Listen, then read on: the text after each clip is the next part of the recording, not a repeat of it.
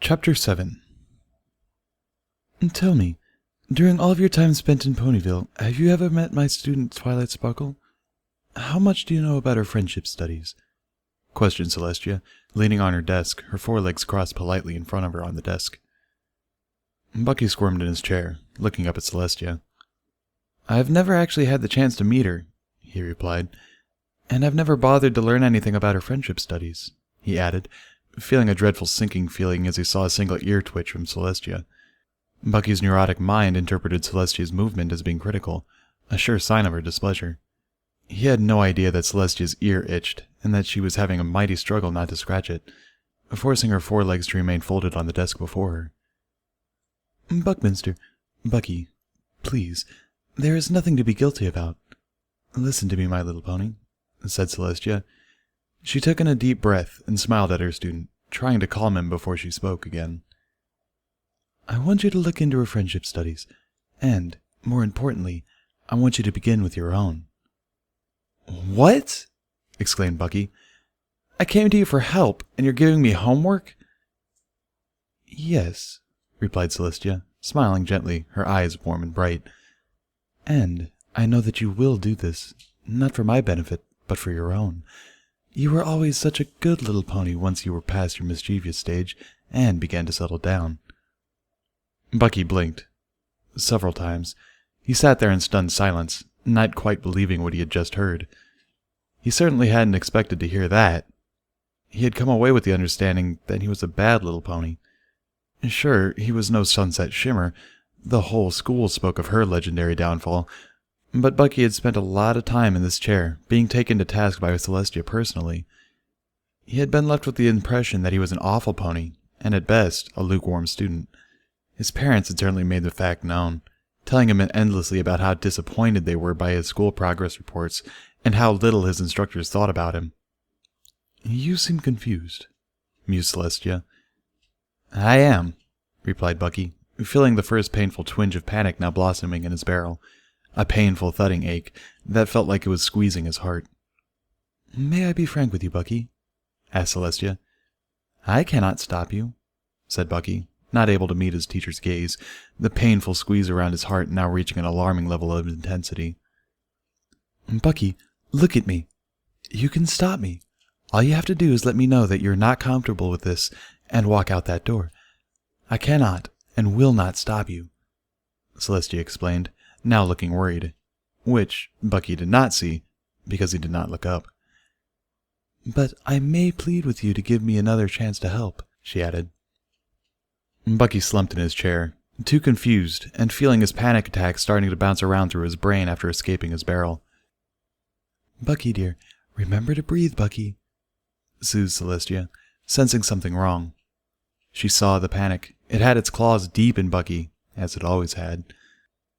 Bucky took a deep breath, then another, and finally one heaving, shuddering breath. Better?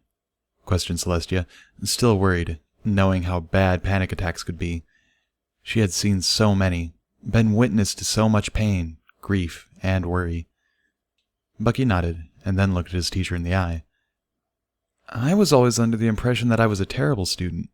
I spent so much time in this office, I felt like I was always in trouble, he said, now looking Celestia in the eye, his breathing still heavy. Just like you thought that nice Pegasus mare was going to do something awful? Asked Celestia, smiling a gentle smile, a merry twinkle in her eye. Wait, whoa, what? This has been another misunderstanding of perspectives, hasn't it? Asked Bucky, one eye beginning to twitch alarmingly. The panic gave him another squeeze, letting him know that it was still there, waiting to pounce. Celestia beamed and nodded. Oh, bother, muttered Bucky, his gaze falling down to the floor again. I feel like such a stupid pony. Bucky, Celestia said sternly, her gaze now piercing, you must never say that again in my presence. Yes, ma'am, Bucky said, slumping, now feeling some shame and fear along with his panic, all of them swirling and promising to overwhelm him if they had the chance. I want you to commit yourself to your own friendship studies. Spend some time with other ponies, and other types of ponies. Spend some time with a nice Pegasus mare. Find more friends. Try to understand them, and, more importantly, try to understand their points of view. If you're having trouble, just ask them to explain. The ponies that are willing to explain their points of view are the sorts of ponies you want to make friends with. Stop isolating yourself, said Celestia, her tone firm, motherly, and gentle. Yes, ma'am, repeated Bucky, taking a deep breath, pressing his swirling emotions down, trying to repress them, stuff them down, make them go away. And, if you need help, come to me at once, and I will do anything I can to help you, promised Celestia. I don't know how to talk to her, Bucky blurted suddenly, opening himself up. I'm wordy, and being wordy makes her uncomfortable. Some pony hurt her, and words had a part of it. It is like she speaks a completely different language. She lifted me into the air, and I thought she was trying to kill me. She was actually trying to gain my trust. Nothing makes sense. Nothing! Celestia looked down at Bucky, whose heavy breathing had returned. His eyes were wide, and one ear made a circular twitch. She waited patiently, allowing Bucky to have a moment, and then she took a deep breath and spoke. Bucky, the most important thing to do may be to listen, not speak. And when you do speak, ask questions. Be gentle. Be warm. Be the pony I know you to be on the inside. Bucky blushed, his face feeling heated, and he shyly raised his gaze to meet Celestia's. He forced himself to look into her eyes for several minutes, silently, trying to will away his fear. Pegasi and earth ponies are very, very different than unicorns, began Celestia. Pegasi and earth ponies are very similar in many ways. The Pegasi call their herd a flock. The earth ponies still use the term herd. Both have a strong focus on family, social groups, and maintaining societal bonds. Pegasi approach everything with the notion that the best defense is a good offense, while earth ponies believe the opposite is true. That when trouble comes, it is best to stick with those you know, and protect the weak by presenting a united front. Pegasi approach trouble with surgical precision, making carefully coordinated strikes to weaken and cripple their enemies. Earth ponies approach conflict in the same way they approach hard work, by throwing numbers at it and overwhelming whatever it might be that threatens them. In times of trouble, the Pegasi and the earth ponies have almost always managed to come together. Now, this is only a condensed and brief explanation, but it should be enough to get you started. Perhaps the most important thing to remember is this as follows. Both of them take a very physical approach to life. There are two little ponies that I have the privilege of knowing. One is named Applejack, and she is the element of honesty. The other is Rainbow Dash, the element of loyalty. One is an earth pony, the other is a Pegasus. Both are remarkably similar, but also very different. They are fierce competitors. They share a good-natured rivalry and are always challenging one another. And even with all of their faults and squabbles, they are near perfect examples of their respective tribes and their ability to coexist, said Celestia, finishing her long explanation. And nothing about unicorns in any of that, said Bucky sadly. And I know why. I think I'm starting to see the bigger picture, he finished, heaving a sigh. It is never too late to join in, said Celestia in a hushed voice. All you have to do is open the door, go outside, and invite a Pegasus to chase you. If you will allow them to get to know you, I know the flock will show you how to fit in. It will very likely assault your senses and leave you confused. They will razz you, they will harass you, they will establish their pecking order, and when everything is said and done, you couldn't ask for better friends.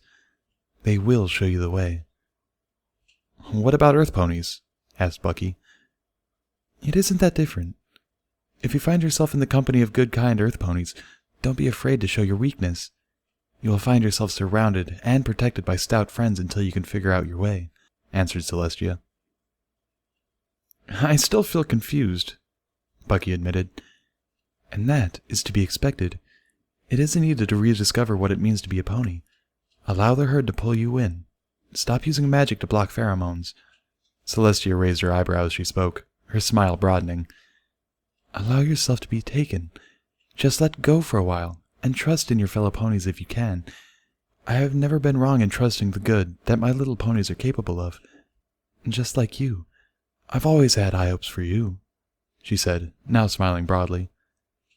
Bucky looked at Celestia, seeing her now as a friend, not a teacher. His mind buzzed with a million questions. There had been a lot of thinking on the train ride home. The afternoon was slowly changing into evening.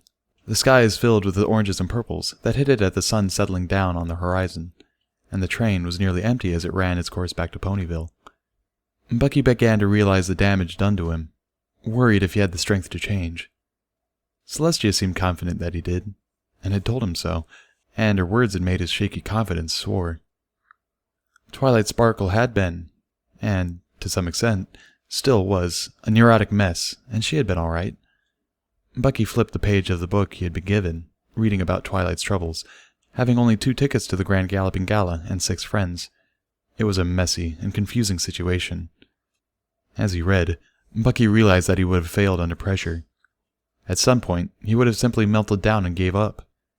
It seemed like too much effort to try and deal with all of this headache, trying to juggle all of these different needs.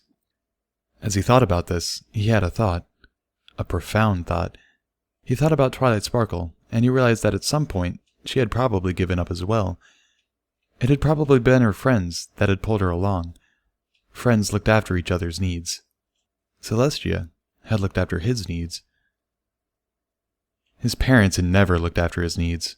They had allowed that task to fall upon others, leaving him to be looked after by strangers, his parents never giving him the one thing he needed most.